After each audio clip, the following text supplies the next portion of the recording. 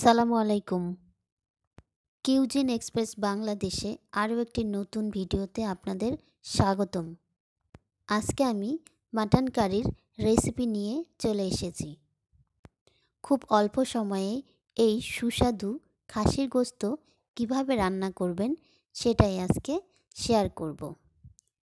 চলুন তাহলে রেসিপিটা জেনে নেই। প্রথমে খাসির মাংসগুলোকে সুন্দর করে ধুয়ে নিয়েছি, কারণ খাসির মাংসে ছোট ছোট লোম থাকে। ভালো করে না ধুলে এই লোমগুলো রান্নার সাথে চলে যেতে পারে। সেজন্য মাংসগুলোকে সুন্দর করে ক্লিন করে নিয়েছি। এখানে আমরা 3 কেজির মতো খাসির গোশত নিয়েছি। এবার একটা নন স্টিকি কড়াইয়ে মাংসগুলো নিয়ে নিচ্ছি।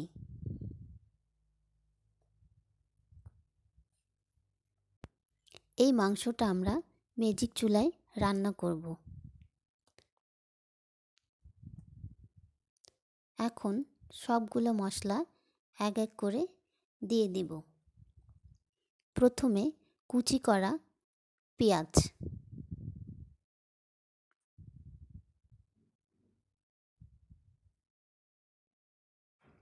তেজপাতা,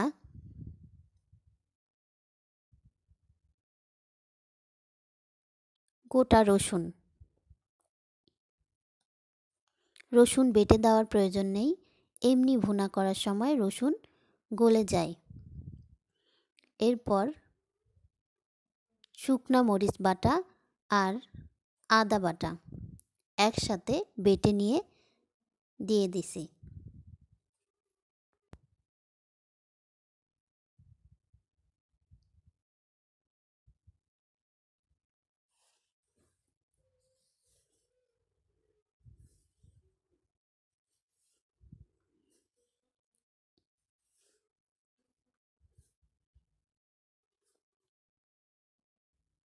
এখন পরিমাণ মতো লবণ। এখানে যেহেতু আমরা 3 কেজির মতো মাংস নিয়েছি, তাই 3 থেকে 4 চামচ লবণ দিয়েছি। চা চামচ। এখন হলুদ গুঁড়া দিব। এখানে 2 চামচ হলুদ গুঁড়া দিয়েছি। শুকনা মরিচ দিলে একটু হলুদ গুঁড়া কম দেওয়াই ভালো। আর যদি আপনারা কাঁচা মরিচ ব্যবহার করেন তাহলে হলুদের পরিমাণটা একটু বেশি দেবেন। এরপর গোটা গরম মশলা, দারুচিনি, লবঙ্গ,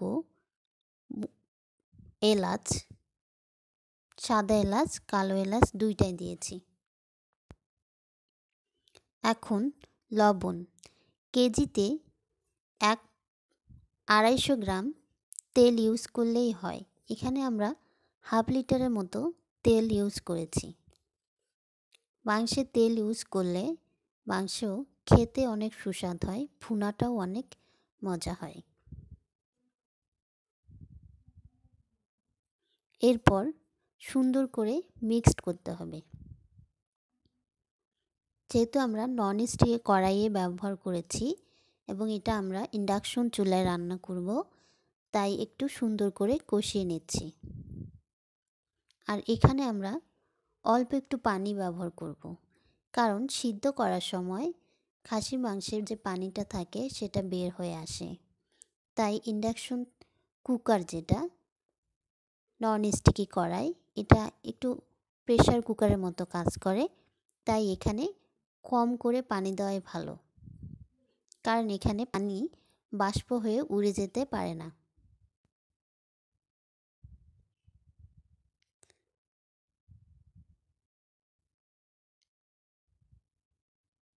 একটু সময় নিয়ে মেখে নিতে হবে।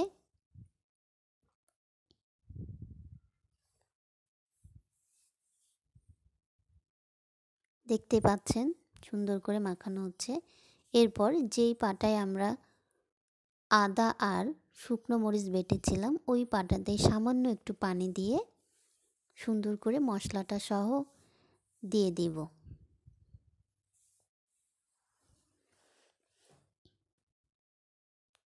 এরপর ম্যাজিক চুলায় বসিয়ে দেব। চুলার পাওয়ার আমরা এখানে 2000 করে দিয়েছি। হাই হিটে রান্না করে নেব। প্রথমে 30 মিনিটের মতো ঢাকনা দিয়ে সিদ্ধ করে নেব। ফুল 30 মিনিট পর ঢাকনা খুলে আস্তে আস্তে ভুনা করে নিতে হবে। দেখেন অল্প একটু পানি ব্যবহার করেছিলাম, কতগুলো পানি বের হয়েছে। ম্যাজিক চুলায় একটু টাইম বেশি লাগে রান্না করতে, তবে এই চুলায় রান্না করা অনেক সহজ এবং অনেক আরামের। এই চুলায় আপনি ফ্যানের নিচে বসে রান্না করতে পারবেন, যেটা খড়ির চুলা বা গ্যাসের চুলায় আপনি পারবেন না। এই চুলাটা ক্যারি করা যায় যেখানে সেখানে। আপনার মন চাইলো যে আমি বেডের ওপর বসে রান্না করব, সেটাও আপনি পারবেন। 30 মিনিট পর আমাদের ভুনা করে নিতে হবে। এই যে তেল ছেড়ে দিচ্ছে, মানে আমাদের মাংস ভুনা হতে শুরু হয়েছে। আরও 20 মিনিটের মতো আমরা ভুনা করে নেব। মাংসের কালার চলে এসেছে। এখন এই রাঁধুনি মাংসের মশলাটা দিয়ে দেব। এটা ব্যবহার করলে ফ্লেভার একটা সুন্দর আসে এবং মাংসের যে কালারটা ওটাও অনেক সুন্দর হয়। দেখতেই থাকেন, কালারটা অনেক সুন্দর হয়ে যাবে। আপনারা যারা নতুন আছেন, মাংস ভুনা বুঝতে পারেন না, মাংস ভুনা করতে করতে কালারটা অনেক সুন্দর চলে আসবে আর উপরে তেল ছেড়ে দেবে। তাহলে বুঝবেন যে আমাদের মাংস ভুনা শেষ, মাংস খাওয়ার জন্য রেডি। মাংসটি দেখতে অনেক সুন্দর হয়েছিল মাশাআল্লাহ, এবং খেতেও অনেক সুন্দর হয়েছিল, অসাধারণ টেস্টের হয়েছিল। ফাইনালি রান্না শেষ। এখন আমরা বাটিতে তুলে নিচ্ছি। দেখেন মাংসের কালার মাশাআল্লাহ অসাধারণ হয়েছে, খেতেও অনেক টেস্টি হয়েছিল।